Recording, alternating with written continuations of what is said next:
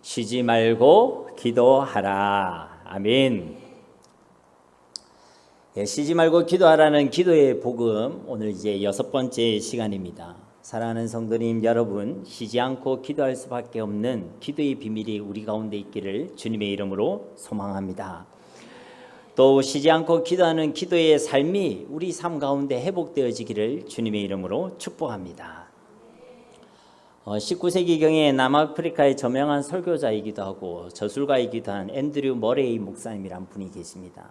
그분의 저서 그리스도와 함께라는 책에 보면요, 기도는 영혼의 맥박이다라는 유명한 글을 남겨져 있습니다. 아마 여러분도 그런 말을 들어봤죠. 기도가 맥박이다, 영혼의 맥박이다, 이런 이야기를 들어보았을 것입니다.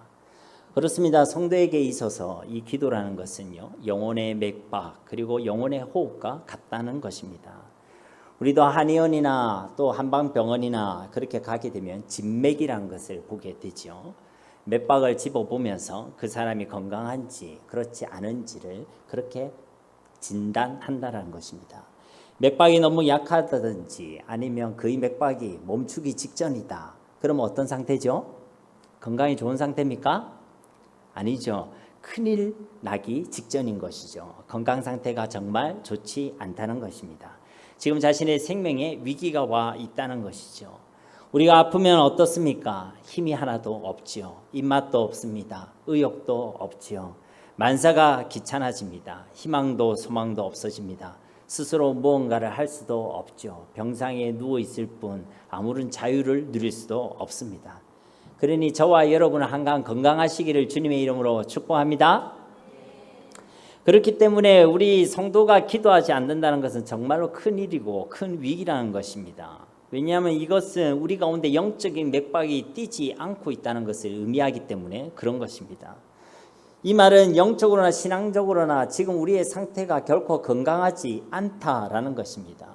영적으로도 기도하지 않는 사람은 영적으로도 아무런 힘이 없습니다. 그래서 세상의 수많은 풍파 가운데 견딜 힘이 없는 것이죠. 금방 넘어지고 쓰러지고 자그마한 일에도 상처받고, 제가 지난주에 뭐라고 얘기했습니까? 너무 약하다 보면 눈빛만 봐도 상처받고 쓰러진다고 했죠. 그 눈빛 하나에도 시험 들 수가 있다는 것이죠. 영적인 대한 갈급함도 사라지게 됩니다. 하나님의 일에 대한 꿈도 소망도 없어지게 되죠.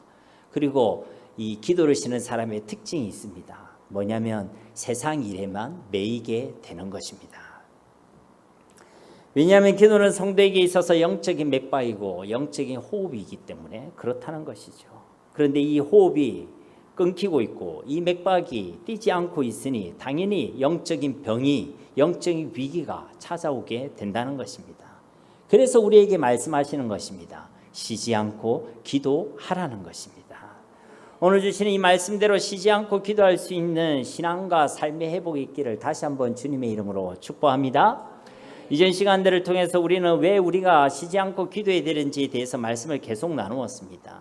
첫 번째 이유는 쉬지 말고 기도하라는 이 말씀이 하나님 주신 명령의 말씀이기 때문에 우리는 쉬지 않고 기도해야 된다고 말씀드렸고, 두 번째 이유는 기도는 우리가 하나님을 향한 신앙의 고백이기 때문에 이 고백을 결코 멈춰서는 안 된다. 그래서 우리가 쉬지 않고 기도해야 된다라고 말씀을 나누었고, 세 번째는 이 기도의 시간을 통해 우리는 하나님의 놀라운 역사와 은혜를 경험할 수 있으니까 우리 보고 쉬지 않고 기도하라고 말씀하셨다라고 말씀을 나누었습니다.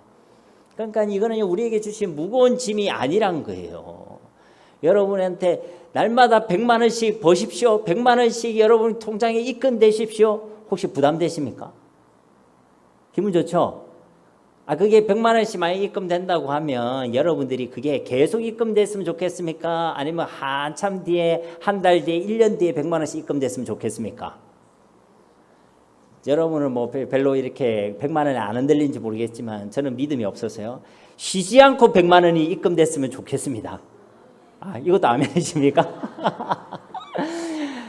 그런데 100만 원이 하나님의 역사, 하나님의 응답보다 100만 원이 귀합니까? 하나님의 응답과 역사 100만 원보다 못합니까? 그렇지 않다는 것이죠. 그러니까 우리가 이 기도의 비밀을 알고 우리가 기도할 때 하나님이 역사하신다는 걸 아는 사람은요, 쉬지 않고 기도하게 되어 있는 줄 믿습니다. 뭐 기도하라 말라 할 필요가 없다는 것이죠. 하나님이 일하시는데, 하나님이 역사하시는데 그리고 이제 오늘은 이제 네 번째 이유에 대해서 우리가 함께 살펴보려고 합니다. 네 번째로 우리가 왜 쉬지 말고 기도해야 하느냐? 기도의 시간은 우리가 영적 전투에서 승리하는 시간이기 때문에 그런 줄로 믿습니다. 다시 한번 말씀드립니다. 기도의 시간은 우리에게 주어진 그 모든 영적 전투에서 우리가 이기고 승리하는 시간인 줄 믿습니다. 이 땅에서의 성도의 삶은요, 영적 전쟁입니다.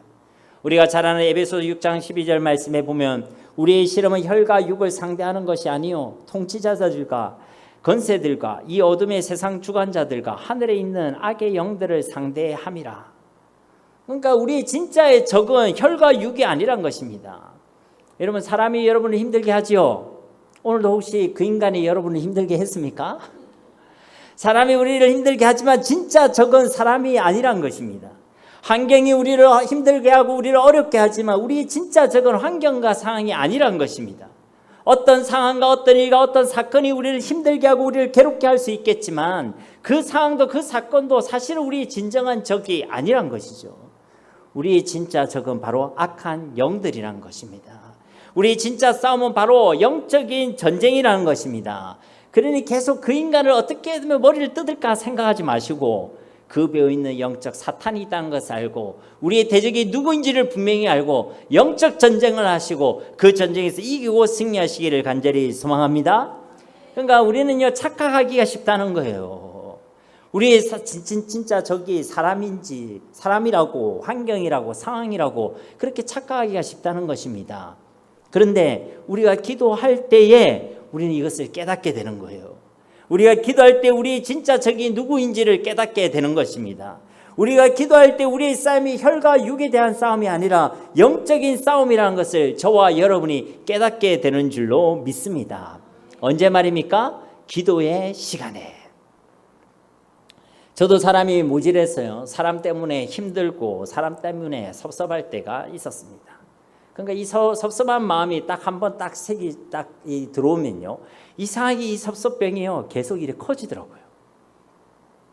그리고 계속 그 사람이 오해되기 시작합니다.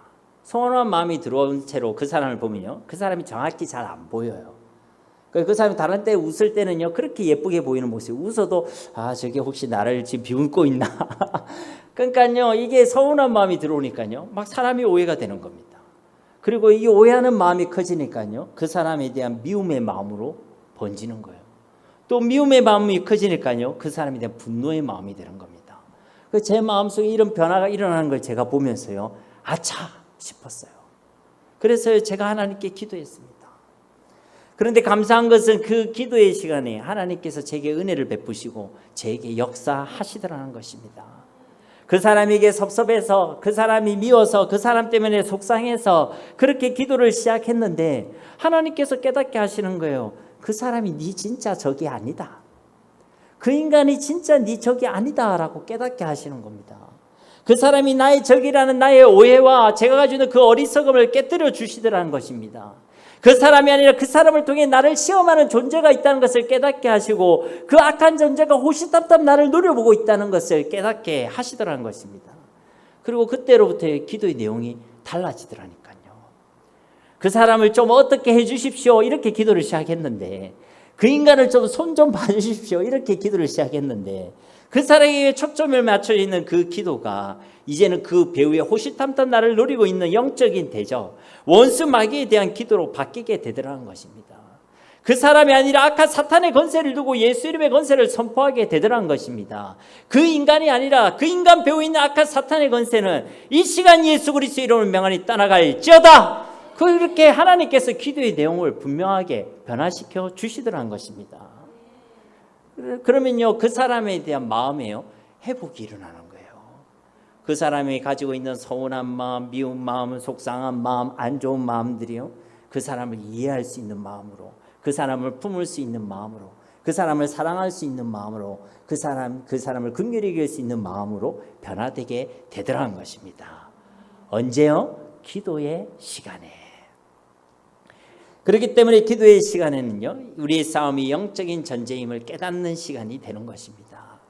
기도의 시간에 우리 적이 진짜 누구인지를 깨닫는 시간이 되는 것이고, 또 기도의 시간에 우리는 이 영적 전쟁에서 반드시 이기고 승리할 수 있는 힘을 공급받게 되는 줄로 믿습니다. 그러니까 우리가 영적인 싸움이다라니까 이거 추상적으로 이제 생각할 수 있거든요. 그래서 앞으로 세 가지로 나누어서 여러분과 함께 말씀을 나누려고 합니다. 우리에게는 어떤 영적 싸움이 있느냐? 먼저는요, 여러 가지 시험들이 있어요. 시험들과의 싸움이요, 영적인 전쟁입니다. 여기서 말하는 이 시험은 우리를 넘어뜨리는 유혹, 여러 가지 유혹들을 이야기하는 것이죠. 이런 유혹들은요, 우리가 육신의 몸을 입고 이 땅을 살아가는 동안에 결코 피할 수가 없습니다. 여러분, 시험이 있었으면 좋겠어요? 없었으면 좋겠어요? 목사님, 그것을 질문이라고 하십니까? 여러분 중에 누구도 시험이 없었으면 하죠. 그런데요, 제가 저주하는 게 아니라 예언할 수 있습니다.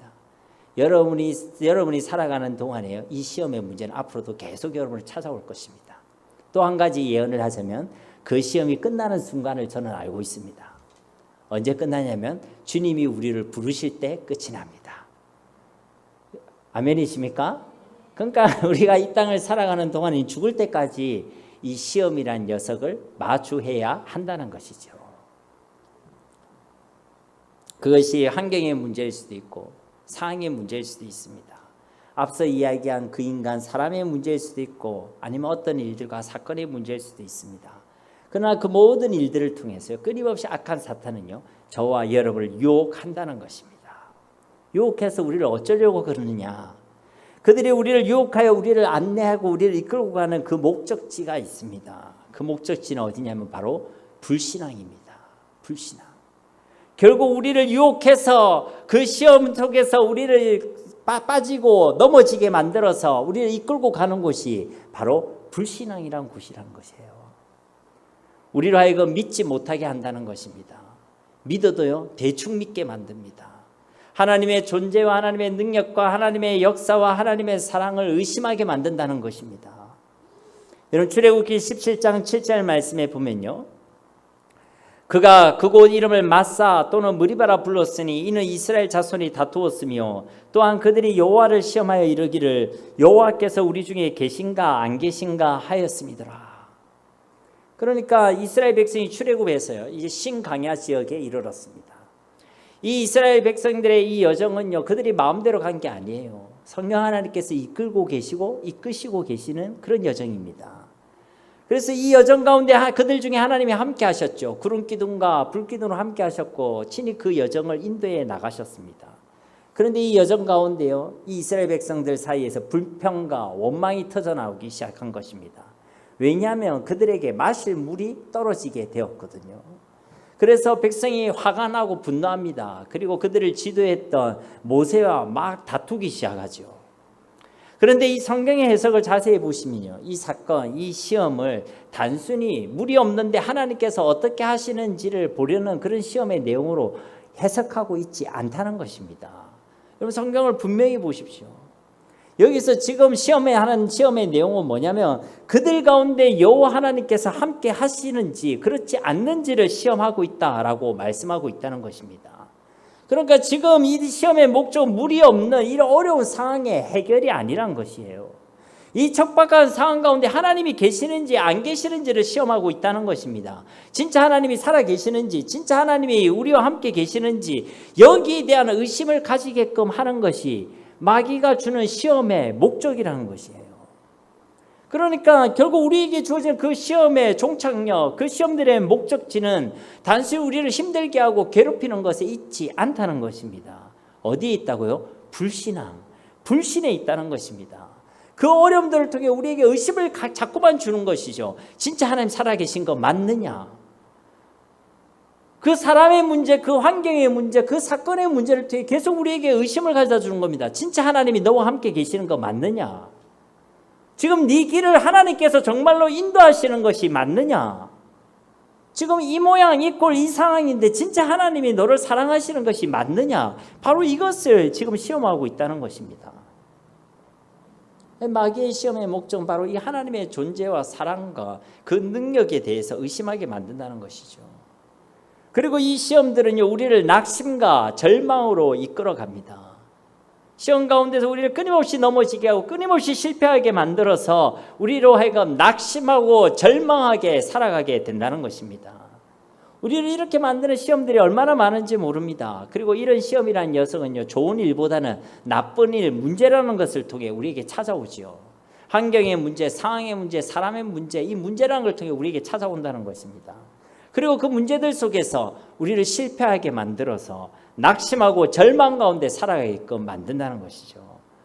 낙심하고 절망이라는 것은요, 여러분 소망을 품지 못하는 상태를 이야기하는 것입니다. 이미 우리에게는 예수 그리스도라는 놀라운 소망과 은혜가 주어졌지만 시험에 딱 들게 되면 어떻습니까? 그 소망이 보이지 않습니다. 우리가 아까 전에 찬양했지 않습니까? 예수는 세상의 소망이요, 예수는 세상의 기쁨이네. 우리가 찬양하지만은 시험에 딱 들면요, 예수님이 나의 소망인지 예수님이 나의 기쁨인지 전혀 보이지가 않는다는 거예요. 하나님의 사랑이 보이지 않습니다. 하나님이 베푸신 은혜가 보이지 않습니다. 이 땅에 대해서도 이 세상에 대해서도 나와 가정에 대해서도 어떠한 소망도 품지 못하게 된다라는 것입니다. 그러면 어떨까요? 기쁨이 없어지죠. 감사가 없어집니다. 소망이 없어요. 그러다 보니 원망과 불평이 막 터져 나옵니다. 염려와 걱정이 시작됩니다. 두려움과 불안으로 삶이 병들어지게 되는 것이죠. 바로 이때 우리가 어떻게 해야 되겠습니까? 바로 이때 우리는 하나님께 기도해야 될 줄로 믿습니다. 예수님께서도 우리에게 기도를 가르쳐 주실 때 우리를 시험에 들게 하지 마시옵고 이 시험을 두고 기도하라고 분명히 말씀하셨습니다. 마태복음 26장 41절 말씀에서도 시험에 들지 않게 깨어 기도하라. 마음에는 원이로되 육신이 약하도다 하시고 시험에 들지 않게 기도하라고 말씀하고 계신다는 것입니다. 기도하지 않고 잠들어 있으면 안 된다는 거예요. 항상 깨어 기도하라고 우리에게 말씀하고 계시는 것입니다. 이렇게 우리에게 시험이 주어질 때에 주어지기 전에 우리는 하나님께 쉬지 않고 기도해야 될 줄로 믿습니다. 혹 우리에게 시험거리가 왔을 때에 자꾸 그것을 붙들고 묵상하지 마시고 그 시험거리를 들고 하나님 앞에 나와 하나님께 기도하시기를 주님의 이름으로 축복합니다. 우리가 그렇게 하나님께 기도할 때 그 시간 우리의 불신앙이 무너지게 될 것이고 우리에게 믿음을 주시고 또 그 믿음 가운데 승리를 허락해 주실 줄로 믿습니다. 우리가 기도할 때 우리 낙심하고 있는 우리 심령 가운데 하나님께서는 참 소망을 주시고 하나님의 은혜를 다시금 깨닫게 하시고 나의 심령에 하나님께서 회복의 역사를 베풀어 주시는 줄 믿습니다. 제가 군대에 있을 때요, 육신적으로는 너무 편안했는데요, 영적으로는 정말 엉망이었던 적이 있습니다. 그러다가 이제 제가 전역을 했는데 교회에서는 엄청 좋아하는 거예요. 왜냐하면 이제 신학을 하던 친구가 군대에 있다가 전역을 하니까 교회에서는 일꾼이 왔다면서 너무 좋아하는 거예요. 그리고 막 환영을 해 주었습니다. 그래서 저도 그간 무너져 있던 영적인 부분이 다시금 회복되어야 되겠다 싶어가지고 그 당시 담임 목사님께서 하시는 성경 공부를 막 쫓아다녔어요. 그래서 성경 공부를 어느 날 성경 공부를 마치고 나서 준비된 다가를 위해서 이제 다가를 딱 먹으려 하는데 먹기 전에 우리는 뭐 하죠? 기도하잖아요, 기도. 근데 갑자기 기습적으로 목사님께서 저보고 대표 기도를 해라고 딱 말씀하는 거예요. 근데 저는 제가 얘기했듯이 영적으로 굉장히 안 좋은 상황이었거든요.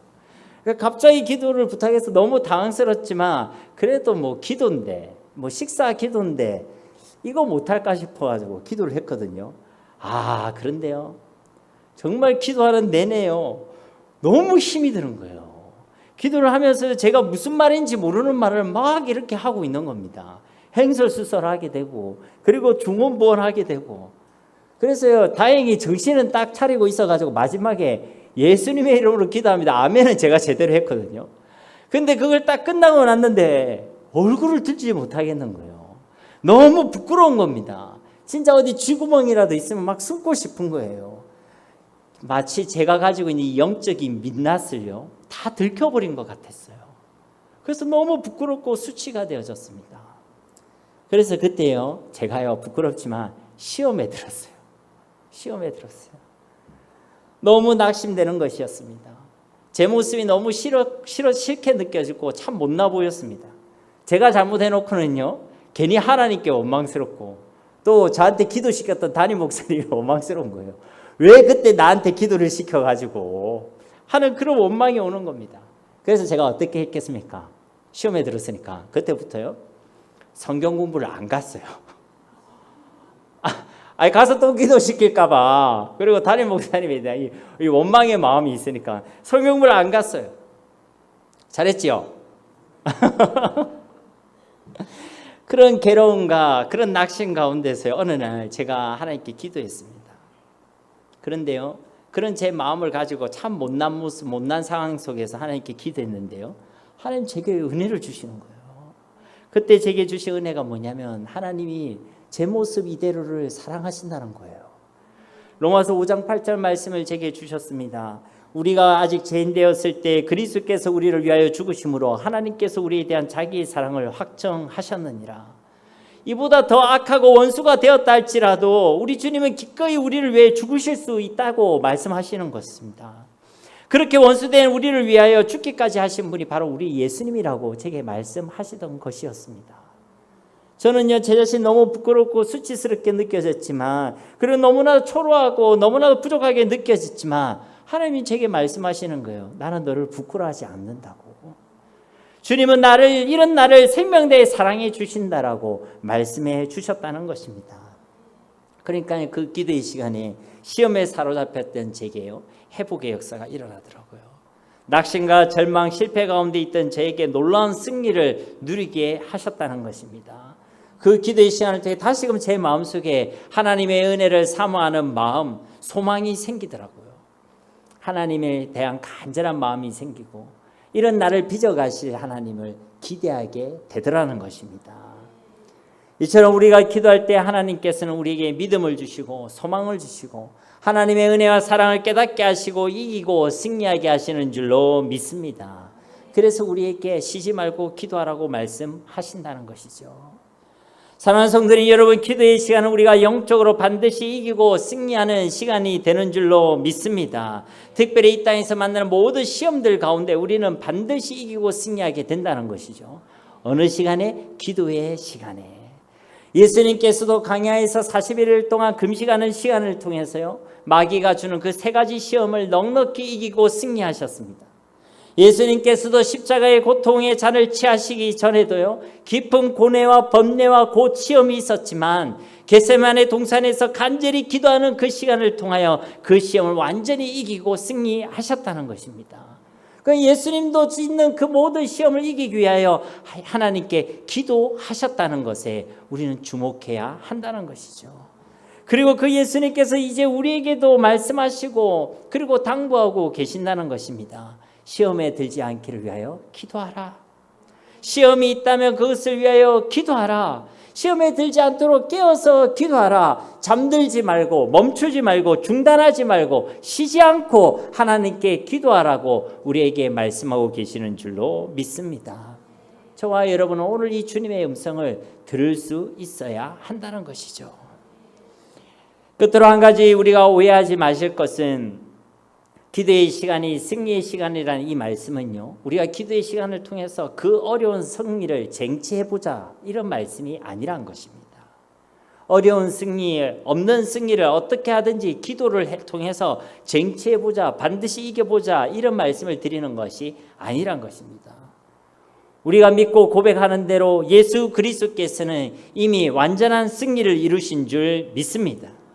우리가 잘 아는 요한복음 16장 33절 말씀에도 세상에서는 너희가 환난을 당하나 담대하라, 내가 세상을 이기었노라. 그러니까 예수님은 이미 이기고 승리했다는 것입니다. 우리는 없는 승리, 어려운 승리를 지금 쟁취해보자, 누려보자 이 얘기를 하는 것이 아니라 하나님께서 이미 승리하신 그 승리를 발견하고 누리는 것이 성도의 승리인 줄 믿습니다. 그런데 그것을 언제 발견할 수 있느냐? 언제 누릴 수 있느냐? 언제 주님의 승리를 발견하고 깨닫고 그 주님의 승리를 누릴 수 있느냐? 바로 기도의 시간에 그것을 발견하고 누릴 수 있다는 것입니다. 여러분, 악한 사탄은요, 언제든지 우리를 속이는 자입니다. 그래서 교묘히 우리의 적이 자신임을 우리 속이죠. 진짜 우리의 싸움이 영적 전투임을 막 감춥니다. 모든 하나님의 자녀들이 그리스도 안에서 이미 승리했음을요 가리우는 자가 바로 마귀라는 것이에요. 그러나 예수님께서는 이미 승리했다라고, 세상을 이겼다라고 분명하게 선포하고 있다는 것입니다. 우리의 싸움은 이미 결말이 있는 싸움이라는 것이죠. 기도의 시간은 이제 승리를 해보자, 이제 이겨보자가 아니라 이미 승리한 그 승리를 발견하고 누리는 시간이 되어야 할 줄 믿습니다. 그게 바로 기도의 시간이에요. 이미 이긴 경기를 보는 거는요, 얼마나 마음이 편한지 모릅니다. 2002년 월드컵 때 우리나라 대단했죠. 예, 월드컵 4강 신화를 이룬 그런 때가 아니었습니까? 그런데 그때요, 저는요 군대에 있었습니다. 그러니까요 이 경기를요 다 라이브로 보지 못했어요. 생방송으로 보지 못했습니다. 훈련 중이기도 했고 교육 중이기도 했기 때문에 그렇죠. 그런데 몇몇 경기는요 재방송으로 볼 수가 있었거든요. 그런데 이 재방송으로 보는데요 얼마나 마음이 편한지 모르겠어요. 우리가 골을 먼저 먹더라고요. 그래도 마음이 조급해지지 않았습니다. 경기가 끝나가는 시간이 다 됐는데도요 제 마음에 위기감이 안 들더라고요. 왜 그렇습니까? 이 경기를 우리가 이길 것을 알고 있으니까. 조금만 있으면 설기현 선수가 골을 넣을 것이고 조금만 더 있으면 안정환이라는 선수가 헤딩으로 골을 넣을 것을 알고 있으니까 그 경기 내내를 보는 동안에 제 마음이 편안했다는 거예요. 당장은 지고 있고 당장은 상황이 안 좋다 할지라도 결말을 알고 있으니까 그 경기를 바라볼 때 평안하게 바라볼 수 있었고 그 위기들과 긴박한 순간들 역시도 즐거움과 기대감으로 바라볼 수 있었다는 것입니다. 무엇 때문에요? 승리를 알고 있으니까. 우리가 그리스도께서 이미 이기고 승리했다는 것을 알고 있다면 우리에게 주어진 그 시험 가운데서도 우리는 똑같은 은혜를 누리게 될 줄로 믿습니다. 그게 나를 조급하게 만들고 사람들이 볼 때는 정말 위기인 것 같고 나를 긴박하게 만들지 모르겠지만 그 속에서 우리에게는 확신이 있어야 되는 거예요. 어떤 확신이요? 예수 그리스도께서 이미 이기고 승리하셨다. 그 그리스도 안에서 우리는 반드시 이기고 승리하게 될 것이다. 이 승리의 확신만 저와 여러분에게 있다면 우리의 삶의 내용은 분명하게 달라지게 될 줄로 믿습니다. 주님의 그 승리를 누리는 삶으로 살아가게 될 줄로 믿습니다. 더 담대하게 이 땅을 살아가게 될 줄로 믿습니다. 작은 문제 가지고 부들부들 떠는 것이 아니라 그 속에서 담대히 믿음을 고백하고 어떤 위기와 어려운 가운데서도 하나님의 역사를 확신하고 요동하지 아니하고 또 그 모든 시험을 주님 주신 은혜로 넉넉히 이겨내는 은혜를 누리게 될 줄로 믿습니다. 그러니 사랑하는 성도님 여러분, 시험의 날에 하나님께 기도하시기 바랍니다. 시험을 이기는 길은 시험에 들지 않게 기도하라는 예수님의 말씀대로 기도밖에 없습니다. 오늘 말씀대로 우리가 쉬지 않고 깨어 기도함으로 우리에게 주어지는 이 영적 전투에서 또 수많은 시험 가운데서 우리가 항상 이기고 승리하며 주님의 이 승리를 누릴 수 있는 저희 모두가 다 되시기를 예수님의 이름으로 간절히 축원드립니다.